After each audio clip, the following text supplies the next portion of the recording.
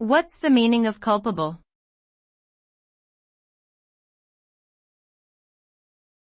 Culpable.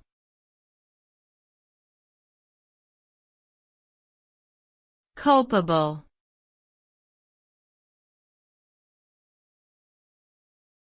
Culpable.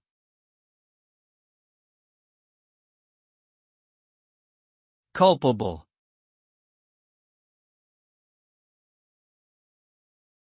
The word culpable can be defined as being guilty or responsible for a wrongdoing or fault.